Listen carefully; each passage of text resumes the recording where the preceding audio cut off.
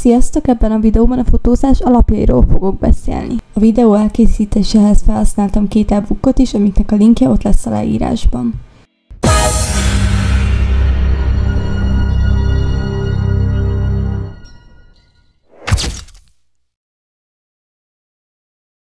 A legfőbb szempontok, amelyek meghatározzák a kép minőségét, a következők. A fényképezőgép és az objektív fajtája, a fényérzékeny anyag megvilágítása, a fény, az élesség, a látószög és a kompozíció. Most pedig a fényképezőgépek fajtáiról fogok beszélni. 3 fajtát különböztetünk meg, a kompakt, a bridge és a tükörreflexes gépeket.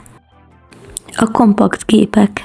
Ezek a fényképezőgépek kicsik, könnyen kezelhetők, könnyűek, az objektívük nem cserélhető, nincs optikai keresőjük, tehát nem lehet beléjük nézni, csak valós képet visszaadó LCD kijelzőjük van, és főleg kezdőknek ajánlott. A bridge gépek. A haladóknak szánt kompakt gépek jellemzője, hogy az egyszerűségük ellenére komoly kézi beállításokkal rendelkeznek. Elektronikus keresőjük van, illetve az LCD kijelzőjükön is valós képet mutatnak. Ez a gép olyan embereknek ajánlott, akik tisztában vannak már a fotózás alapszabályaival.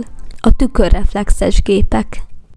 Cserélhető objektíves tükörreflexes gépek esetén a gépbe jutó fény egy tükörre esik, majd a prizma segítségével kiváló képeket kapunk. Szinte az összes beállítás módosítható manuálisan. Erős külső vaku használható hozzájuk, hátrányuk, hogy nagyok és nehezek. Komoly tapasztalattal rendelkező profik gépe. Objektív. A tájról valódi képet rajzoló optikai rendszer, mely egy vagy több optikai lencséből, illetve egyes esetekben optikai lencsékből és tükrökből épül fel. Az objektív a látószögébe eső fényt összegyűjti, majd az optikai tengelyére merőleges, érzékeny anyagra vetíti. Jellemzői a gyújtótávolság és a fényerő. Az objektívvel állítunk élességet, de valójában az objektív és az érzékelő távolságát állítjuk. A látószög megadja, hogy a téma mekkora része kerül rögzítésre, és fordítottan arányos a gyújtótávolsággal.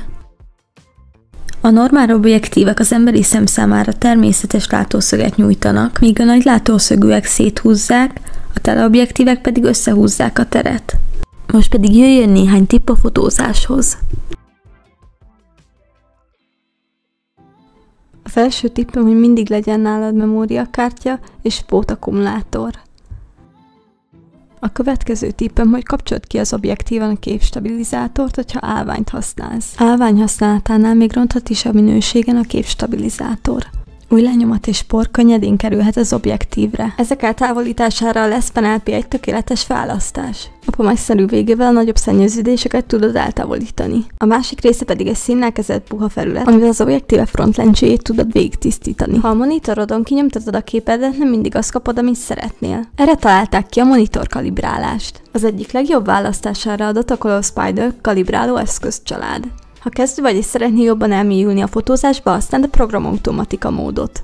Ebben a módban helyesen exponált képeket kapunk. Ráadásul manuális funkciók többsége így is elérhető.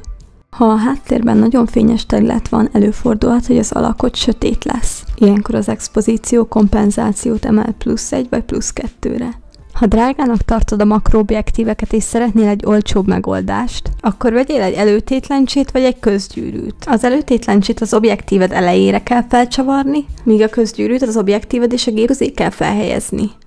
Én viszont köszönöm szépen, hogy itt voltatok, sziasztok!